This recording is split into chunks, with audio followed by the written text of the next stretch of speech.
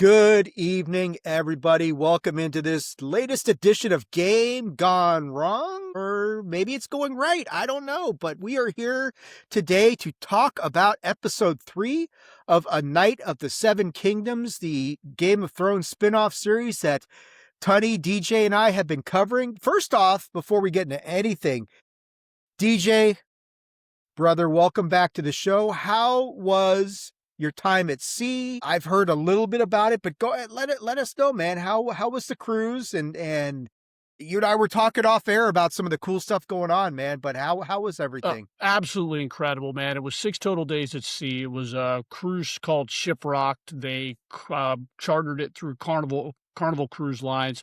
It was 6 days at sea.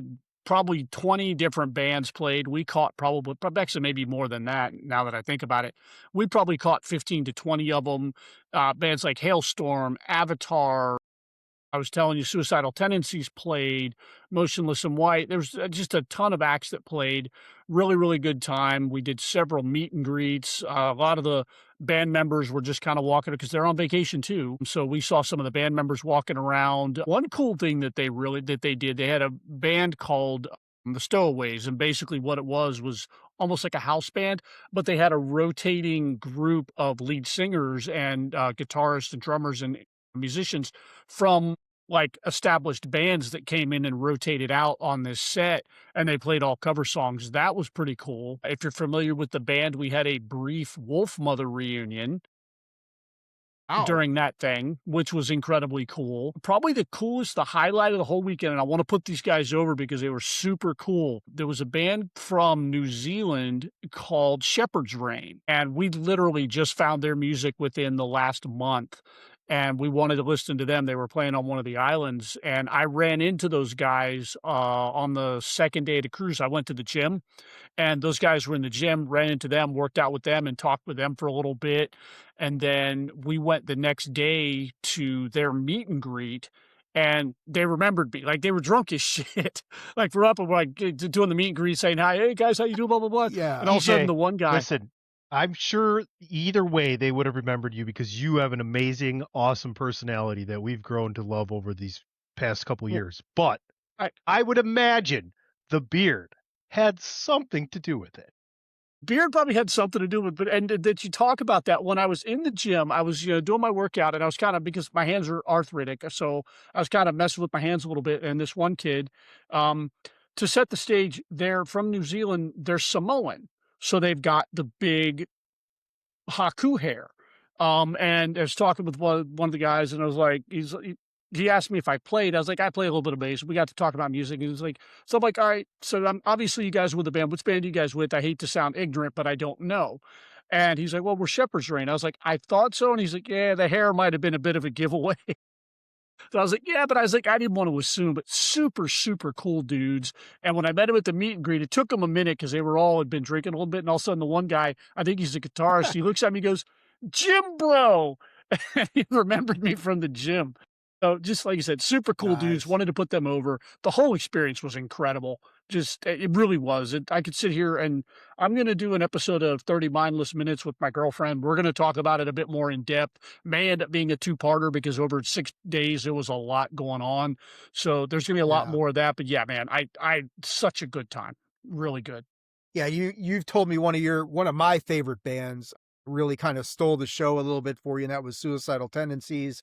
Were there, and and I know you're not a huge fan of them, Right. but they tore the ship down. They were basically excellent live. Like I said, I've never seen them live, never a band that I was really, really into, but I won't say a bad word because they were awesome live. I wish I could have seen that. Just the thought of a music festival at sea. That's not, the Chris Jericho cruise and that sort of thing, but, Fozzy and a bunch of other people, but I mean, a full on true music festival at sea, man. That's awesome. It was badass. What did I say? Speaking of music festivals, this is the logo for the world's largest music festival here in Milwaukee. Summerfest. I don't know, 2027 we maybe? looked at that lineup last year. Oh, what DJ. a fucking incredible lineup. Holy shit. It's like that every year.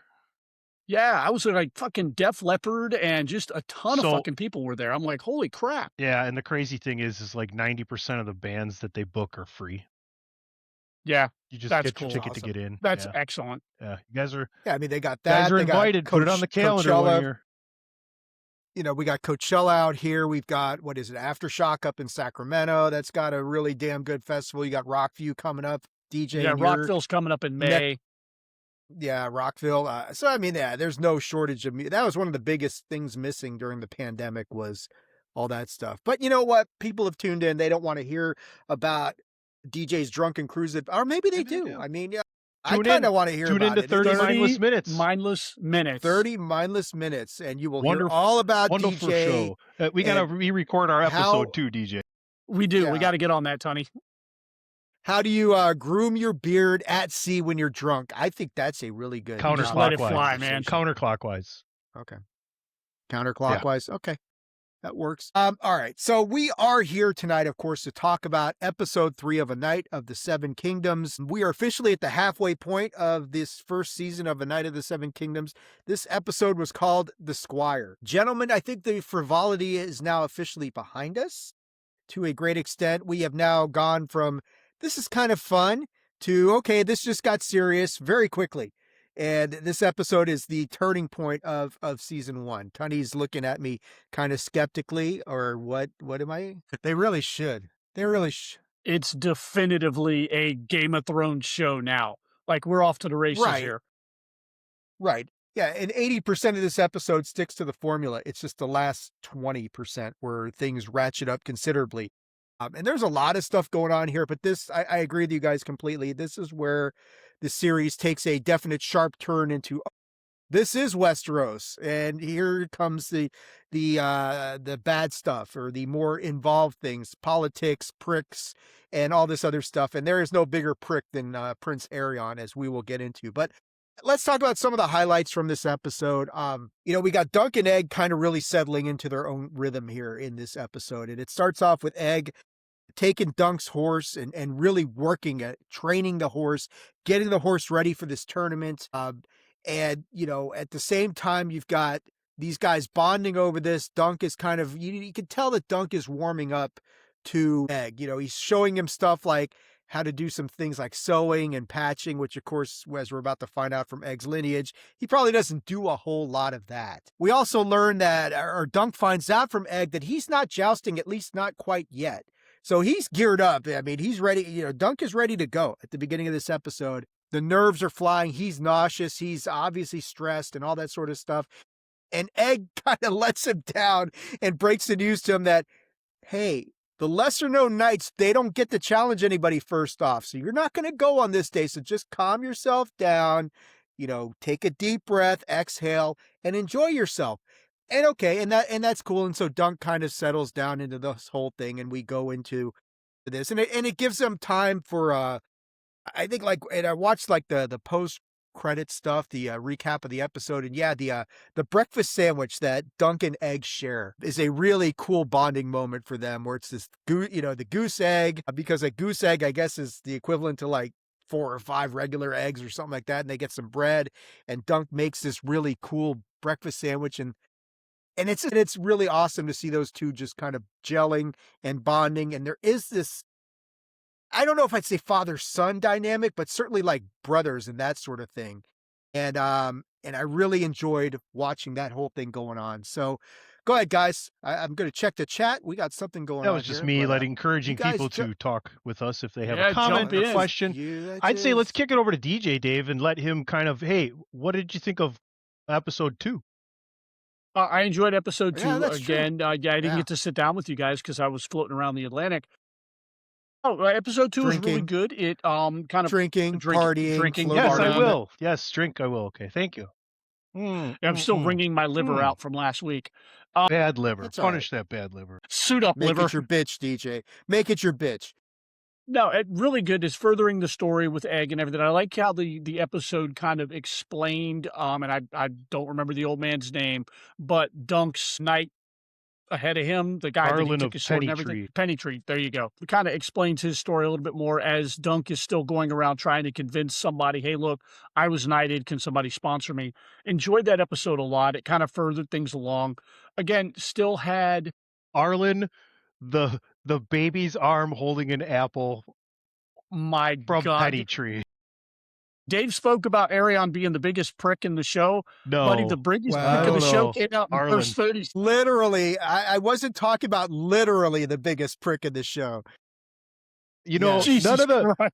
none of the Wow. knights wanted to say they remembered Arlen, but I'll bet you dollars to donuts every woman Some of them has may. been with Arlen Yeah. remembers Arlen. A dude swinging a sword Yeah. and a billy club. Jesus Christ. I Yeah. mean, remember the Alamo or something. You might as well name his thing like, Alamo. ladies, when at he that point. asks But you hey, to whew, stretch a little bit before your encounter, he's trying to help you out. yes. I was like, okay, this is Yes. what we're doing here. It's just incredible. But no, it did. It furthered the story along. It gave you a little bit more backstory on him and why, why Dunk is so loyal to him. So I really enjoyed the episode. Again, still had that.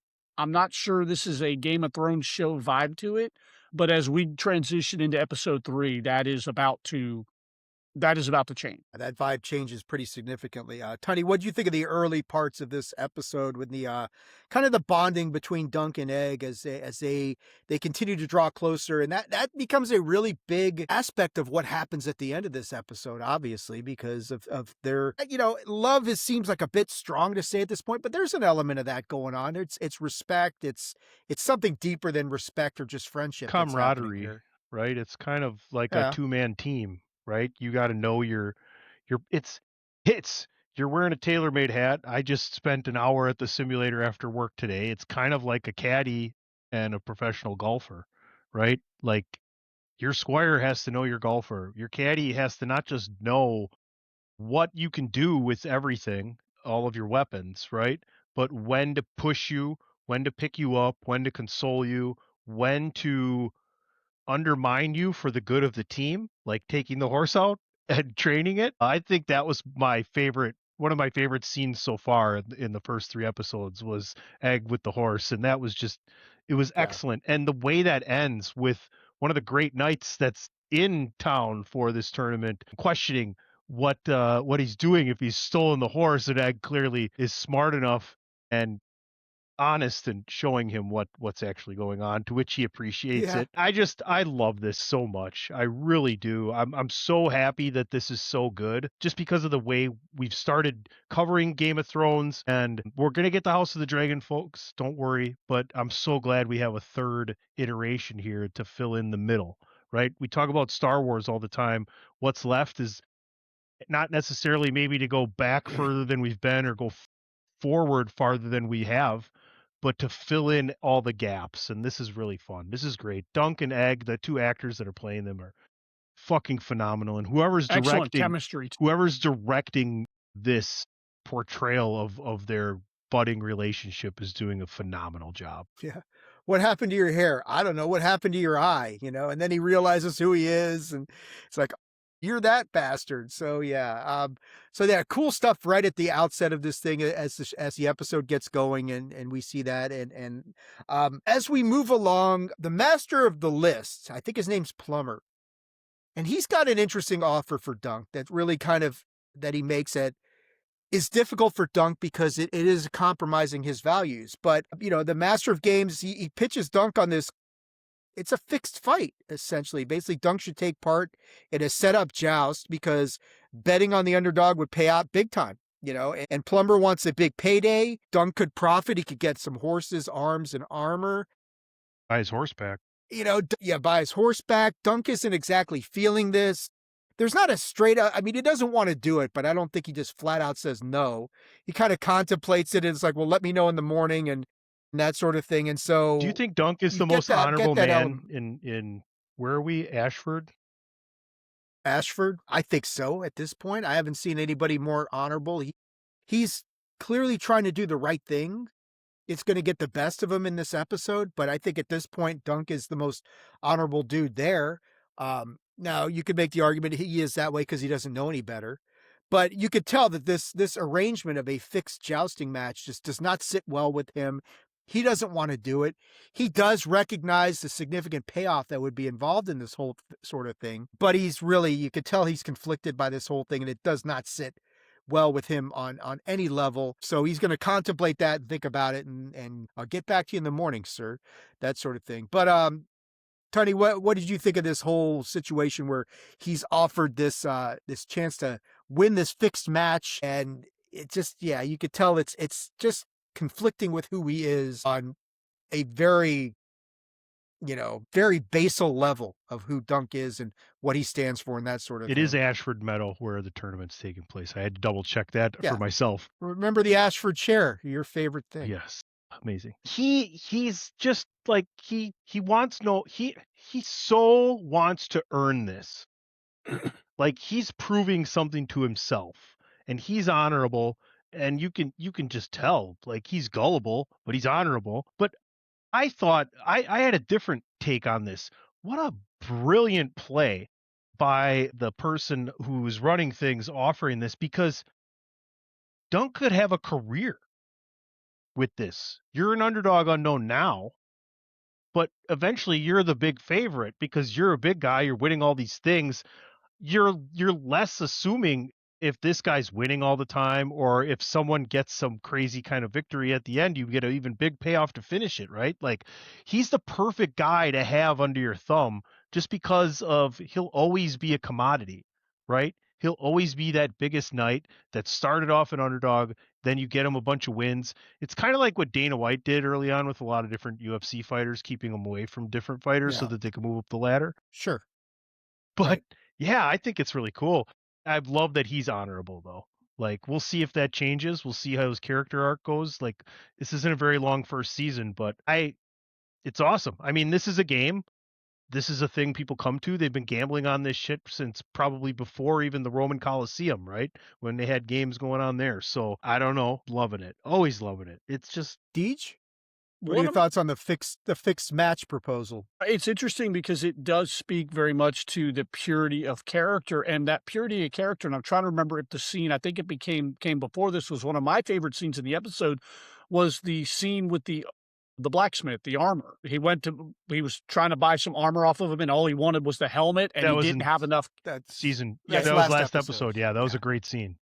Yeah, it was a great scene, and then the guy looks at him, and at first the guy's like, "Well, it cost this is all I got," and he's like, "Well, this is all I have," and finally the smith looks at him, he's like, so he concedes, understanding that this guy's not trying to rob me. He just genuinely only has so much, and I think that it's the people around Dunk see him, and it for the purity that he is, and the Booker, I'm just going to call him the Booker, also sees how gullible he can be. The Booker. But it's exactly what he is. He's a Booker. That is exactly what he is. Duncan is like man, I'm trying to think of the first word to go with this, but he's an anomaly. He's like this anomaly of good behavior and morality, and it's an anomaly because it's something that isn't very common in these times, in these places, and around these games and things of that nature. So thank you everybody for sticking with me through that 10-second pause. Fun watching somebody's brain. I had anomaly the whole time, and I couldn't figure out the right way to process that.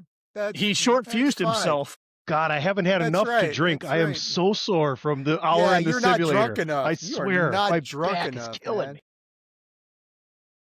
I warned you guys, if you're watching on the X app, I warned you before we started. Dave was going to guide the ship. Tunney was going to drink. I was going to pretend to know what I was talking about. And here we are. Yeah, in that order, basically. Yeah. No, but wrestling and nerd shit and Game of Thrones, we're pretty good. Let's talk about Prince Aerion, the dragon, who just quickly emerges as the biggest prick possible, with the exception of Sir Arlen and his actual big prick. Arlen, the hanging hammer of Pennytree. Well, that's what we'll call him from now on. Prince, the hanging hammer. Aerion, I mean, he just turns into an absolute monster. You've got this joust that's going on with Aerion, who just basically calls out some knight that he knows he can beat, and he's toying with this knight. As the joust is going on, Dunk knows that his lance is way too low, and so he skewers a horse through the neck intentionally.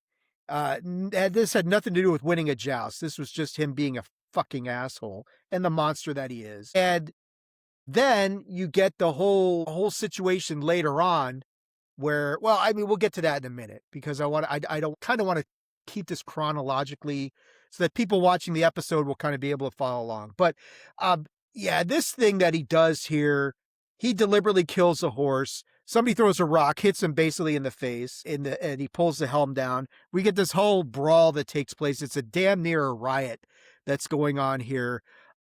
The people are pouring in from this is like Malice at the Palace, Dave. People are pouring in from the crowd. Yes. Security is a little late, but effective once they get there. I'm pretty sure I saw Ron Artest somewhere in the crowd there. Yeah, Ron Artest was there. I saw it. Man, we got some four horsemen breaking Dusty Rhodes' leg. Heat going on here on this guy. Yeah, we got. It's the Freebirds. It's Junkyard Dog. Dogs and cats living together. It's a mass fucking hysteria. And Dunk is trying to almost, and you could tell he doesn't believe his own bullshit, but he's trying to kind of convince Egg, well, maybe it was this and maybe it's that. And Egg's like having none of it. He's like, bullshit, that was no accident. And Dunk eventually just eventually goes along with it and agrees and that sort of things.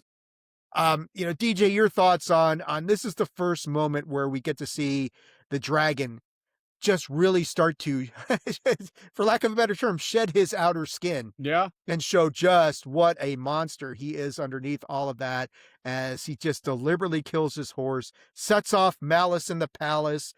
Somebody's getting the Ashford chair Malice in the tonight. meadow. It won't be Malice him. in the meadow. Yeah, Malice in the meadow. There it is. We've established a ton of characters in the first 2.5 episodes up to this point. We've established our very, very morally good characters. We've established our morally gray characters. We've established a couple of assholes. Now we have our first real villain of the show. And I think that's important moving into the second half of the show, because now because up until now, it's literally just Dunk trying to get into the tournament. Okay, with no real motivation other than the tournament. Now we have a tension. He saw the spear pointed low. He knew the joust pointed low. He knew what was coming. He saw it, tried to talk himself out of it, finally conceded, no, that's what it was. So now you've got this tension brewing between this very, very morally good character and this absolutely morally horrible character. And as we transition into the latter third of this episode, that's just going to really, really come to fruition. That's a great point, Mayor. You hit it on the head. We have the emergence of the true villain in this series, and it happens here in episode 3. And I mean, it's great as the episode goes along. You get to see him in his villainous guise at this point, and he's going to triple down on that by the time we're done with this fucking episode. So, Tony, your thoughts on Aerion really emerging pretty dramatically as, like DJ says, this is the villain. If there's any question, and there shouldn't have really been a question, but if there was any lingering doubt, this eliminated it. This is like, in a soccer game where a team goes from 2 goals up to 4, and like the guys on FIFA will say, if there's any lingering doubt, that's gone now, that sort of things. A Night of the Seven Kingdoms, Season 1, Episode 3, Scene yada yada. Enter stage right, one terrible Targaryen.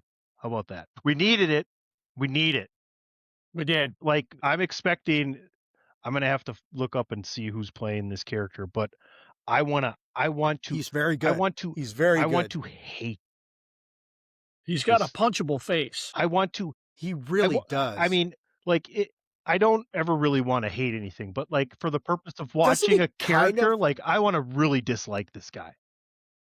He is rapidly approaching Joffrey status at this point in time. I'm looking at this guy thinking, you're an asshole. And you almost look like Joffrey, an older version of Joffrey. He killed a horse. I mean, Joffrey was pretty bad. I guess we'll get there. I'm just saying, by the end of it, yeah, it's full Joffrey by the end of it. The actor's name is Finn Bennett. I thought you were going to say Finn Balor, not Finn Balor. No, Finn Bennett. And interestingly enough, boy, the demon and the dragon, I want to see that joust. Right. No, my girlfriend was watching it. He kind of looks like Jamie Bowers from Stranger Things, the guy that played Vecna. In the face, their facial structure is very similar. My girlfriend was watching over my shoulder, and she asked if it was him. Where? Yeah, that show that you've never watched. Show that you've never watched. The similarities where were the similarities? Just in their facial structure. In the face. Yeah, they do kind of in the Sorry, I had to. Shout out Rob Riggle. Exactly. So All right. Let us move on as we keep going because we get this, and this part was creepy as shit. After this whole situation with the horse, as Dunk and Egg are walking through the village, right? They run into a prophet, or you just thinking, oh, it's just another one of these bullshit people. And anybody who knows what we do on unidentified history should be like, quick, hey, don't just discount this stuff, that sort of thing. And this prophet, this fortune teller tells Dunk, you're going to be rich, but man, she gives Egg the absolute worst prophecy possible. You'll be king, you're going to die in fire, and all this other kind of shit. And you start wondering, is he the Mad King? No, that's not the Mad King, but and the look on Egg's face is just shock and dismay. It's like, why would she say that to me? And Dunk just laughs it off because in his mind, it's just a charlatan. It's just a fortune teller. These people aren't for real. And it's beautiful because like Dunk's a full-on skeptic. You can tell that Egg's kind of the believer here, which does tie into our unidentified history sort of discussions and that sort of thing. But man, that's like, wow, that got dark awfully quick. Tony, what'd you think of the I call it the prophecy? Like to think that maybe these prophets are better able to read people more coming into what they're getting into. So I think the prophet kind of sensed what the grandson of Egg is about to do, because the Mad King is Egg's grandson. Like, I think that's really important, folks. Like, go and look up how these people are all connected, because it's really huge. And for me, I instantly went to, the prophet got a real good look on Dunk, because that was pretty easy. But Egg is a Targaryen. Targaryens are complicated, but could still sense that within him, right, was like Anakin and Luke and still back to Star Wars again, right? Like, you can feel that down the lineage in the prophecy. So I haven't read the books like Dave, you have, right? DJ, have you read the books too? Have not. So Dave kind of knows where it's going. Dave kind of knows, I believe, how Egg dies, and I don't think it's by fiery death. Not that we're going to get into it in this series, I don't think. No, I don't recall that. I don't think that's what happens, but like, if you don't want to know this shit, folks, then, wait till the season's over and look everything up. well, But, we've been telling anybody who's watched the first two episodes we've done on this knows that we've already given away Egg's lineage, and it's going to be revealed by the end of this episode, and we'll get to that in a moment. But yeah, Deej, let me turn over to you. Your thoughts on the fortune teller and the prophecy, and because I will say one thing that I did notice when you look at Egg is a Targaryen, Aerion's a Targaryen. One of them's more insane than the other, clearly at this point in time. So you could see the older Targaryens seem to have the insanity gene already kind of working for them. And Aerion's a beautiful example of just that sort of stuff. But go ahead, Deej. Sorry, man. Yeah, this scene with the soothsayer kind of calls back to something that we didn't even gloss over a little bit earlier, when Egg and Dunk are kind of walking. When the Targaryens first come to town, Egg sees the banners and freaks out, decides he wants to go back to camp. So there's your first clue as to what's coming. Yeah. So for anybody who thinks, oh, you guys are spoiling, Egg's lineage and all that, they're sowing the seeds right there. Remember, us as the viewer, not having researched it or read the other books or just knowing what we know, as the viewer, we don't know who he is yet. So they're teasing this when the Targaryens come to town. He freaks out, and then with the fortune teller, kind of laying it out there, you're gonna burn in fire, and the whole world is gonna celebrate your death. Is, I think, essentially what she told him. That's harsh. That's man. what kind of leads you to believe that the reading's a little misread, right? It's a slightly misread reading. It's a reading of his lineage, where his grandson is the Mad King. Right. And that just goes with any type. If you've read anything on Nostradamus and things like that, Nostradamus's predictions were vague and accurate at the same time. Like, he predicted things that would happen, but the names may have been a little off. The timeline may have been a little off. This is just fortune telling at work. Better predictor, Nostradamus or The Simpsons? The Simpsons. Yeah, that's true. As controversial, there's your controversial hot take. The Simpsons were better prognosticators than Nostradamus. When was Nostradamus around? Wow. Like, what AD are we talking here, Nostradamus? I don't even know. Was he 1600? Was he Victorian era? Whole album. They got this thing called the internet. I'll check it yeah. out, but I'm saying like 500 to 800 years from now, the Simpsons will be held in the same regard as Nostradamus and Copernicus and he was Galileo. born. Nostradamus was born December 14th, 1503, died July 2nd, 1566. He was in the 1500s. I was close. 600, so in probably even less time than that. And probably like 2350, the Simpsons will be held in the same regard as Nostradamus and Galileo and Copernicus and the great prophets of our time. Assuming the simulation hasn't reset, then, which it probably will. But all right, let's move on. Let's talk about this pretty interesting scene between Dunk and Raymond Fossway, who does not hold back when he's talking about Aerion and what a bastard that he is. And you also get, as these guys are drinking and hanging out, and clearly there's some friendship building between these two as well. But Fossway is letting Dunk know that about Prince Maekar, who's looking for his missing sons. And he talks about the sons who are missing, including Aegon. The story that he tells about Aegon, and he talks about the oldest son and this one, and then you've got the young one, and no one knows what happened to them, and everybody thinks that they're dead. And it's pretty obvious at this point, you start to connect the dots a little bit. I mean, and it's easy to sit there and retcon this thing and say, well, you should have paid attention to this, and this, because this backs up everything we've been saying. Egg has never been who he said he was. He's always been this Targaryen. And by the end of this episode, you'll be like, fuck, they were right. It's like, well, yeah, we weren't lying to you the whole damn time, but we're not those kind of guys. But I think this is pretty cool because you get some very critical backstory at the same time that this relationship between Dunk and Raymond Fossaway is developing. And Tony, you had mentioned earlier that was Dunk the only one with integrity in Ashford Meadow? Raymond might have some integrity because you can tell that he's really bothered by what Aerion did, by what the dragon did. It really pissed him off. He just goes on a rant. He does not hold back. So maybe there is somebody who has that level of integrity, morality, other than Dunk and other than Egg as well. That sort of thing. And that's probably one of the I'm sure we're going to find out why Egg bailed in the next episode. I'm sure it has something to do with the fact that the Targaryens are a bunch of pricks and he's like, fuck these guys. I got to go do my own thing. But Tony, I'll go to you first on this one. This very critical tense scene between Dunk and Fossaway where you get some very important backstory and you start to piece things together and say, hey, wait a second, 1 + 1 does usually not equal 3. Something's going on here. So go ahead. Tell me about that, buddy. It's nice to see Dunk making some connections, to be honest with you, because he needs them. Yep. We're going to find that out. And I think he's going to definitely need them. They're going to need them. I think, it's interesting it's good for Dunk too, to realize that maybe not everybody, maybe there are people out here like him, right, that have his point of view on what's going on. So it probably helps him more to feel less alone, and it's probably give him more confidence moving forward. It's a great scene. It's a great little bonding scene. Yeah, I enjoyed it. DJ, what do you think is the future for these two?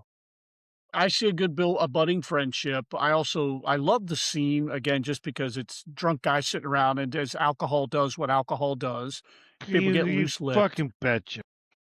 Yeah, you get a little loose-lipped and you start saying the things that, you wouldn't normally say out loud. But it also kind of builds on the fact that I think it was earlier on in the episode, it may have actually been the second episode, because I watched them both back to back, when Dunk ends up in the room with the Targaryens where he finally gets somebody to sponsor him for the tournament. It's actually one of the Targaryens. You don't know it's Egg's father, but Egg's father is in there and he's pissed that his sons are missing. So you've already gathered, okay, he's a jerk. He really does not care about his sons. He's just mad because they're missing. Defiant. And Dunk insinuates that they might be dead. And he's like, the fuck did you say? Yeah, that was one of the better scenes from episode 2. Yes. Yeah. Like I said, it's all one long episode for me because I watched them back to back yesterday morning. Yeah. It all ties together. It's a great callback. It's very well woven. It really is. Let's get to the flashpoint where all this stuff comes to a crashing massive head. Who killed JR? As Yeah, as Dunk is drinking with Fossaway and getting all this critical backstory, Egg is hanging out at the puppet show where Tansel is there and she's fighting the dragon, and Aerion comes in and watches this show.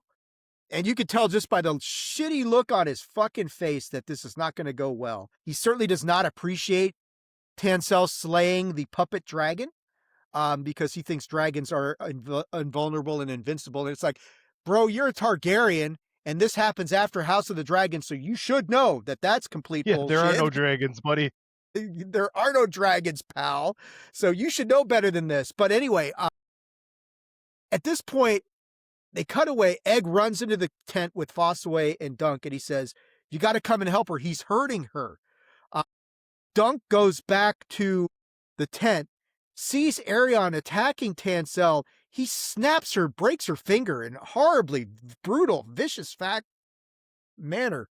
Dunk snaps seeing this because Dunk is smitten. We've talked about that. He's smitten with Tansel. He's in love and all that kind of stuff. And as soon as he sees this, man, he just snaps and he beats the holy shit out of Aerion, throws him off the stage, kicks him in the face. All the guards come in.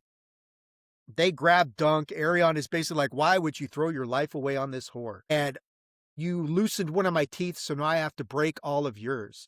So they're going to kill him, and you're not going to survive what they're going to do to him. They got his mouth open, putting him on the stage. They're going to bash his fucking skull in. And Egg comes forward, reveals himself, orders these two guys who are holding him, you better stand the fuck down. By name. That's right. He lists them by name. And he says, you motherfuckers stand down or you will answer to my father. And at this point, Aerion notices his brother, and what the hell have you done to your hair? And he goes, I didn't want to look like you. Yeah, great line. And that's where, he reveals I don't know if he says it by name, but it's evident that he's Prince Aegon Targaryen, one of Maekar's missing sons. And that is how the episode ends, with Dunk or with Egg revealing himself. No, I'm sorry. You're probably getting there. Go ahead. No. Go ahead. Jump in. End the episode, cut to a shocked Dunk. Like the look on his face, that was like, that's the lasting image for this episode for me. Yeah, Dunk's in there processing what has just happened, realizing that, and like you said, when he calls these guards off by name, everything changes, and Dunk's like, what the shit? Yeah, very powerful. You've got the two brothers who are clearly involved in a showdown at this point. But Deej, let me go to you first. This whole, where the series shifts in tone and tenor, and everything about the series shifts in 5 minutes. And it goes like what we're saying. This is lighthearted. This is fun. To shit. This is Game of Thrones and this is Westeros. And it happens like that. And it's a beautiful thing to watch as it goes on. It's like God damn, they really just flipped the switch and changed everything immediately. So go ahead, Deej. They did. It turned on a dime, and it was literally just like that, just like you described. They flipped the switch, and the whole tone of the show changed. And now, as you said earlier on in this episode, we are now in Westeros. That's it. They have established where this is and what it is, and it was incredibly well acted, incredibly well written. The actor that plays Dunk is just so good. His emotions, you felt his shock in that scene. Because it's shocked not only what this kid's been lying to me this whole time, I've been unintentionally harboring this guy's missing kid. Like, there's a whole lot to unpack right here, right now. Yes. And it's all written on his face.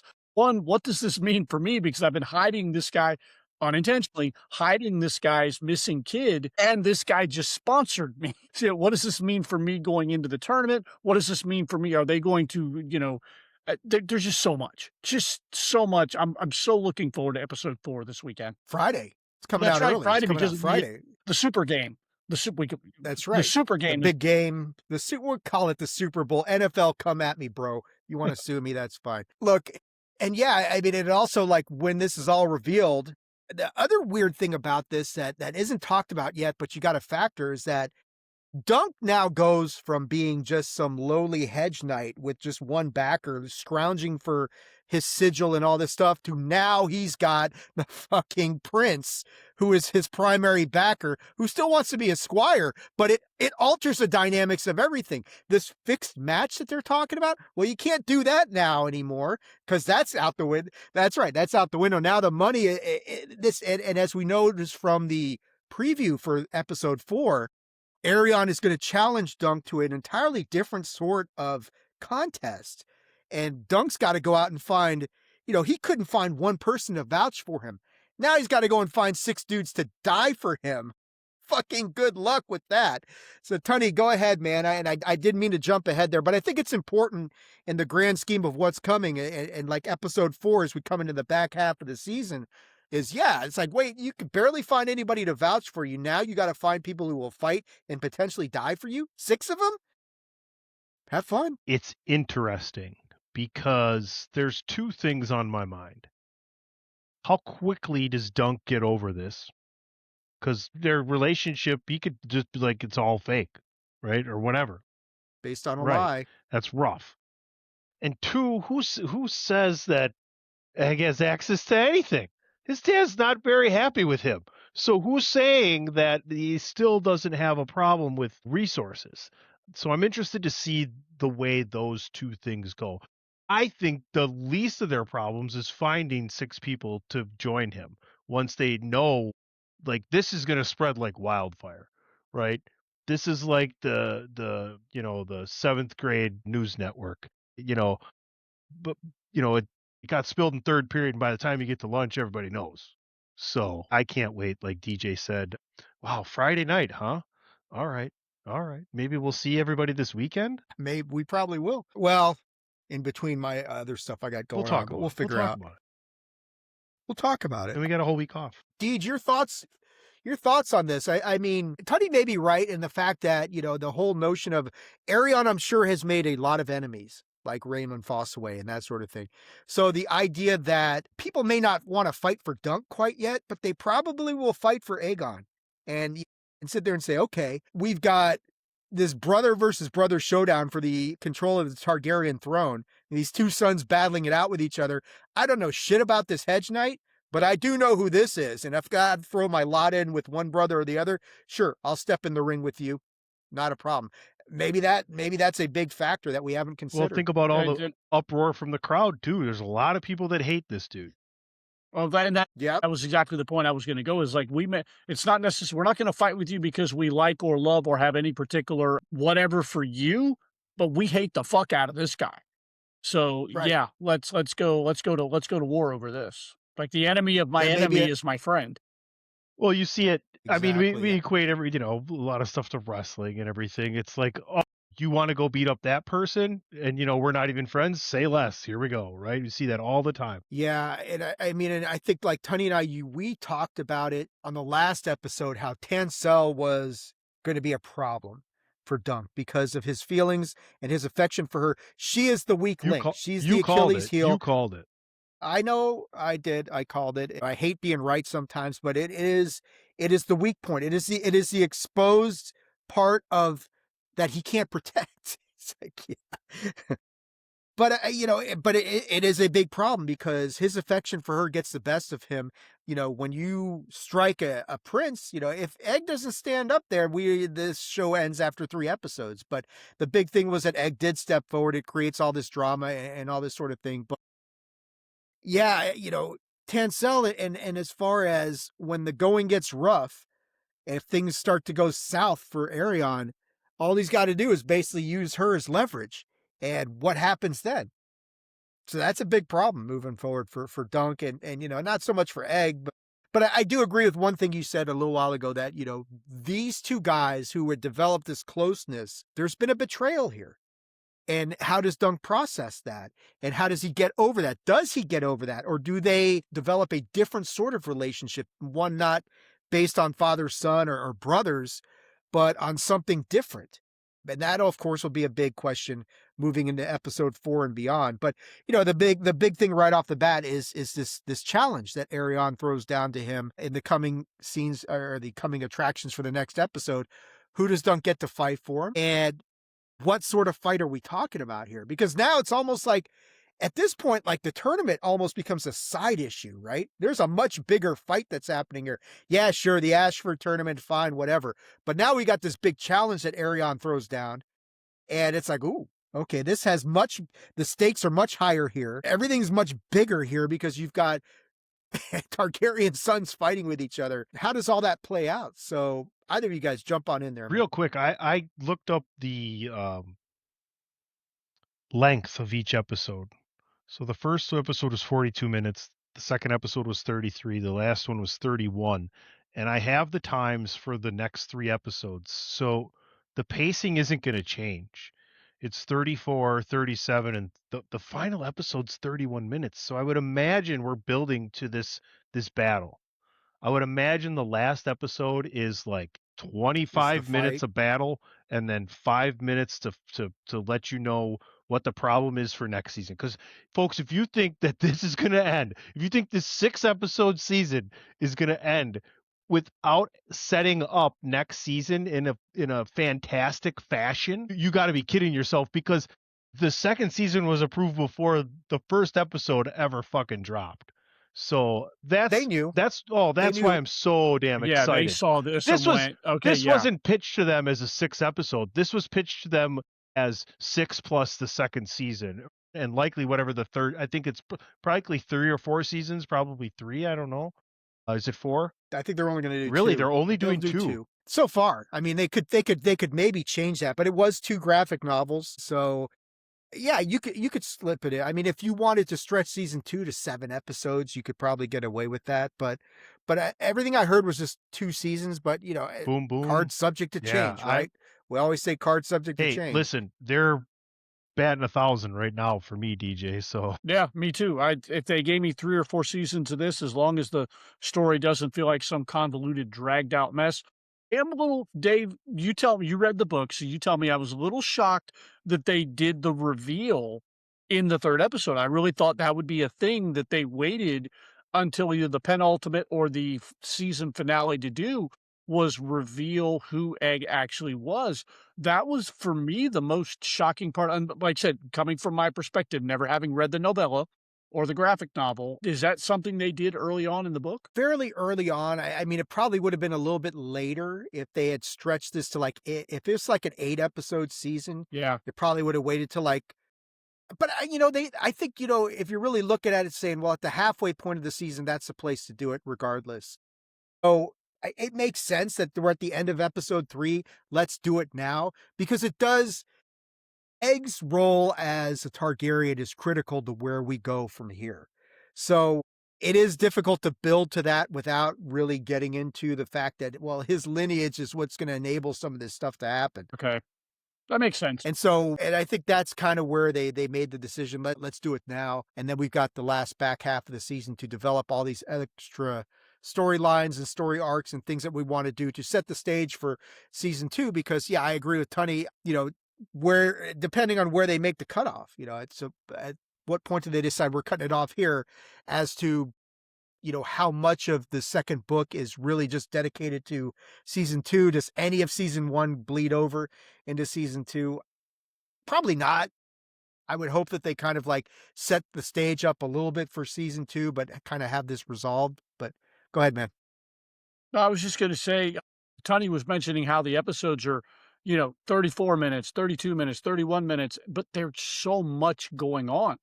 I'm just blown away by how well written it is without feeling rushed. Like, I know I just said that, they did the reveal in the 3rd episode, but so far nothing has really felt rushed. It's just been excellent use of the little time that they have to tell the story. No, none.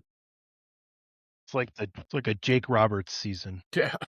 Jake Roberts? Yeah, everything Jake the Snake did meant something. There was no wasted motions with him in the ring. Yep. I got the reference. Yeah, Dave, you've been podcasting about wrestling for 11 fucking years. I was like, yeah, I guess I see what you're saying. As long as you're not going to start quoting Longfellow, but that sort of thing, Tony. Horatio. I knew him well. I knew him well. All right. Before we cut out of here, let me go to you first, Tony. What's the biggest thing you're looking forward to or looking towards in episode 4? Like the biggest question you want answered in episode 4? Immediately, we need to resolve the obvious elephant in the room between Dunk and Egg. That's first and foremost. Nothing else happens in this story, I would imagine, until that happens. So I don't know if they're going to show the dispersal of whatever happens here and just cut to the scenarios they're left in because of what happened. But I really am looking, because obviously there's a relationship going forward. I would feel like the prophecy would be that Dunk someday would be, Egg's main Kingsguard. So yeah, I wanna see the friendship back to, how do you get that back to the where they were going? It was like you started out with it in this episode. It's a very good budding relationship, and this doesn't help that. To steal from Metallica, nothing else matters until you get this situation resolved. DJ, what's the biggest question you're looking forward to having resolved in episode 4? I want to know why Egg ran away from his family. I want to know they're Targaryen. How we got there. Well, obviously that, but there has to be Did you not meet his dad in episode 2? His dad's a dick, but I have to feel like there was a singular catalyst for this kid to say, you know what, I've had enough of these people. I'm out of here. Dad, that's what his brother. Yeah. His dad's a dick, but Arlen had the dick. So wow. I think, on that point, that's as good a place to end as we're going to get here. So I know the baby's arm. Exactly. Holding the apple. Look, guys, great stuff so far. We are at the halfway point of this first season of A Night of the Seven Kingdoms. 3 more episodes to go. As we mentioned earlier, for those of you watching live or listening after the fact, the next episode airs early this week on Friday. I'm sure, like Tony is saying, nobody wants to compete with the Seahawks and the New England Patriots on Sunday night. Very smart on the part of HBO Max, which of course means that we're going to have to wait 9 days for episode 5, which sucks, but whatever.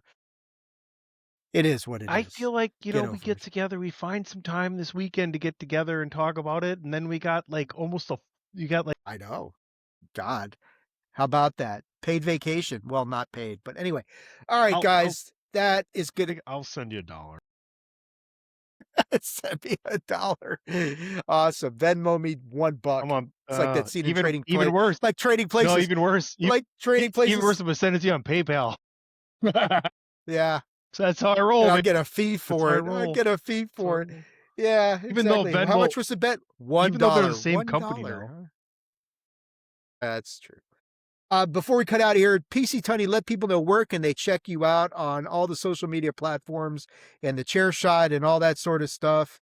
Yeah, follow me at PC Tunney on almost every platform. But if you want to get a hold of me, X is where it's at. DM me or tell me to follow you, and I'll DM you back. TheChairShot.com, ProWrestlingTees.com/TheChairShot, and right here, attitudeofaggression.com. Dave's done some phenomenal work with that website. It's so awesome. He's got some really nice pages to explain exactly what our process is and what we want to accomplish in covering these different things, and why we cover them and why we're so passionate about them. So I think DJ and I are both really thrilled that we get to work with Dave so much, because he does a great job and setting up, like, you guys should see the rundown for unidentified histories. They're fucking amazing. A lot of that shit is on attitudeofaggression.com as well. So if whatever you're into, if you're listening to what we're doing on attitudeofaggression.com, Dave does a great job of helping you feel like you're there right with us every step of the way. Yeah, I don't know what the hell I'm doing, but I'm glad I've got this stuff to guide me along, to remind me what the hell was I think. Oh, that's what I was thinking. It does help. You almost think I was on shipwrocked, drunk off and my ass, and speaking of that too, I got to do it. I'm sure he'll do it too, but 30 mindless minutes, it's all over Chairshot Radio Network. We're loving that. I hope you guys are too. So DJ's doing a great job with bringing up just another different idea and covering some really cool, outside of the box and everyday things as well. That go back and listen to the episodes. They're evergreen. It's fun stuff to listen to. DJ, you are the man, the myth, the legend behind 30 mindless minutes and other stuff as well. Why don't you let people know where can they check you out and all the stuff you've got going on? Well, you can catch myself, Rob, and Jason on the Mindless Wrestling podcast. We air usually every weekend, usually on Saturday, unless I get the episode to Tony late. I also do the 30 Mindless Minutes. I do appreciate you guys putting that over. You can find me on the app formerly known as Twitter at The Mindless Pod. Also, the Mindless Wrestling podcast does have a YouTube channel. I have been very, very lax in posting things there. I hope to get that up and running in the future. You can look that up. That is the Mindless Wrestling. Yep. And as for me, you can check me out on X, is where I lurk more often than not. Yeah, you can check that out too. Hobo. I'm not, don't call me Arlen. That's for damn sure. But you can check me out on X at Attitude.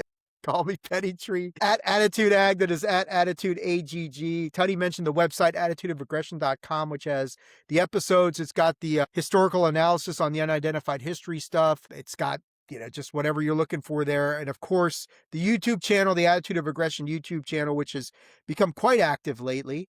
And we've got a lot of stuff going on over there. So make sure you check all that stuff out. As Tony mentioned, we will try and figure out a way to get the review of episode 4 out probably this weekend. I've got the UAP summit that I will be attending. That is going to occupy quite a bit of my time this weekend, but it's all right. We will find a way to get all this stuff done. But until next time, that's going to do it for this edition of Game Gone Wrong. Not going wrong so far. This series has been very good. No complaints going on, and it's just getting better as we go along. But that's going to do it for me, for PC Tunney DJ. You guys have a great evening. What is today? Wednesday. Have a great Wednesday evening. We will talk to you guys soon. Everybody, exactly. Summerfest. Go to it. Tunney will even let you stay. We might even get you a room at DP's Thunderdome. Yeah, you can stay at Dan's house. I'm not going to even. I'm not going to tell you where. He'll wash. I live in your car. I live in the Bat Cave. You don't need to know where I live. He will wash your car shirtless if you're lucky. That's jorts, high cut jorts. Goodbye. Nice. All right, guys. Later, everybody.